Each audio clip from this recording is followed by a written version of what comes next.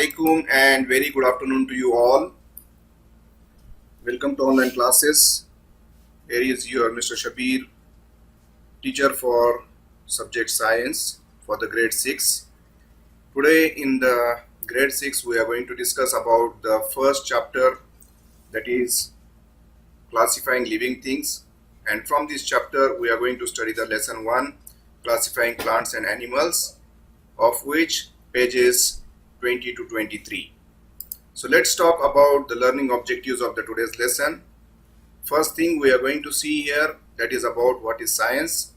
After that we are going to see classifying living things, what are living things, and the characteristics of living things. These are the main objectives of our today's lesson. So let's talk about the science. Here particularly science, as we talk about the science has many more things. That is, we can say that science is what every day we are observing all around us, and the discoveries, the new inventions, the new investigations, and the many more testings and many more things that related to the science. That means the changes what we are observing in the world, everything is nothing but science. Here in science particularly, we make some guess, we perform some experiments, we test the things, and after that exploring, experimenting and inquiring about those things, that comes to the science. So in all, we are going to question ourselves what is around us, and we are finding the answers for those questions, and that is nothing but science. So here with this we will be moving further for the further part of the lesson, that is what are living things. Here we are going to see from the lesson 1, in which we will be going to talk about the living things, and furthermore we are going to talk about the characteristics of living things. So here the classification of living things, as we are aware about the organisms. An organism is a living thing, what we call it as living thing. Also scientists study organisms to find out how they live, and when classifying, scientists groups group of animals together by which ones are alike. So here you are finding that there are many more animals which we find here, as well as the plants also we are going to see about them. So this is what we are going to group them into different groups.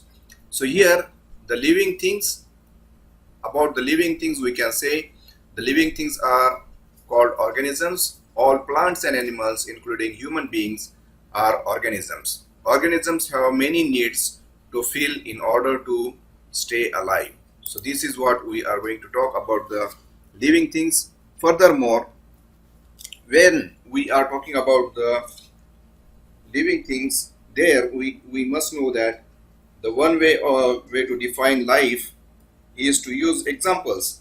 For instance, there are the examples of deer, fish and heron are all organisms or living things. What common characteristic features do they share with each other? And all three organisms can grow and move from place to place. However, scientists require more evidence than this is to state that something is living. After all, we can also say that the clouds can grow and move, as well as we can say that they are not alive. The clouds which we see, they can move from one place to another place, as well as they can grow, but we can't say that the clouds are alive. So this is the thing that scientists need more and more evidences for the living things. Let's talk about the characteristics of living things. Here, my dear students, we are going to see different characteristic features of the living things. So scientists consider 5 basic functions when they define living things, and living organisms fulfill all 5 life functions that are mentioned here. So here They are different levels of organizations. They are made up of cells. The organisms, they respond to the environment. They can grow and develop. Also, they can obtain and use energy, and they can reproduce. These are the main what you can say basic functions of these all the living things. They are fulfilling this.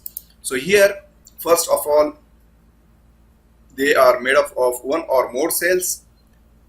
As you see here in the picture, the cell is the basic structure and functional unit of all life.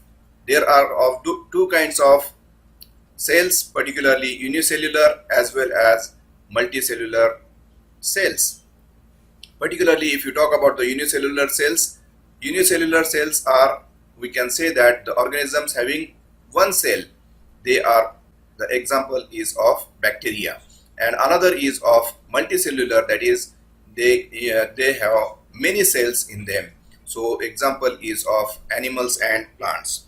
So here, so cells such as these animal cells are, we can call them as the building blocks of life, and cells carry out all basic life processes such as converting food molecules into energy and getting rid of waste materials. And an organism can be one cell or it can be made of many cells. So here the another thing, basic function which we are talking, that is about they can sense and respond to the changes, that is the environmental changes. If the living things, they respond to the environment, what does it mean? Here we can see that even simple organisms respond to the environment. A paramecium quickly acts to protect itself when a drop of vinegar dips into the water, and the plants such as these sunflowers turn toward the sun to absorb much sunlight as possible. So here are some examples of the organisms where we can say that they can respond to the environment. Here stimuli, factors in the environment that living things react to, that is of, we can see that light, temperature, sound, etc. These are the factors to which they are responding here. And also you can see that organisms react in order to maintain homeostasis. So this is what we can say that they can respond to the environment. So another thing, that is about the reproduction.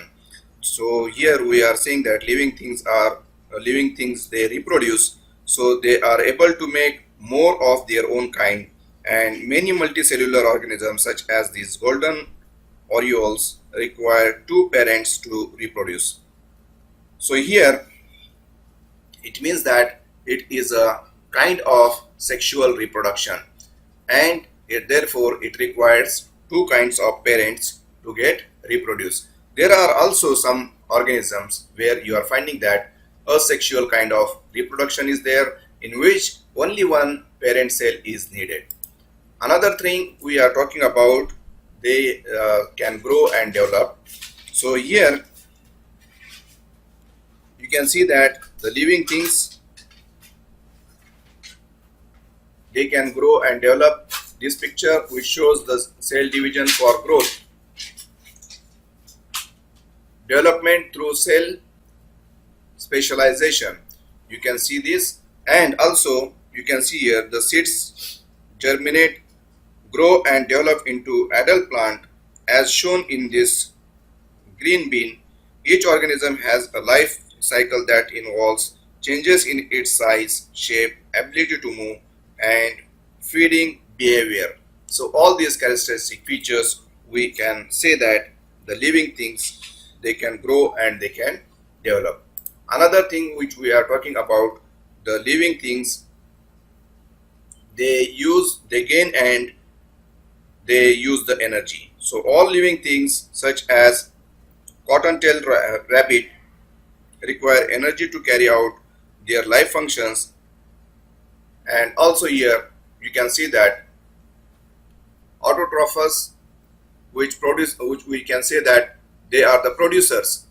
There are two kinds of organisms organisms, one are the producers, others are the consumers. So here you can see that the producers which get energy from the sun, and whereas the consumers, they get energy by consuming other organisms. So you can see here this plant, it is consuming the energy, it is getting the energy from the sun, whereas the another example which we are talking about, the organisms, they are consuming the other organisms. So this organism is going to be, this animal is going to be get killed by the another animal, and it will get its energy through this process. So animals take in energy by consuming plants and other organisms. This is what we are going to discuss in our today's discussion about the what are living things, as well as we have already discussed about the characteristics of living things.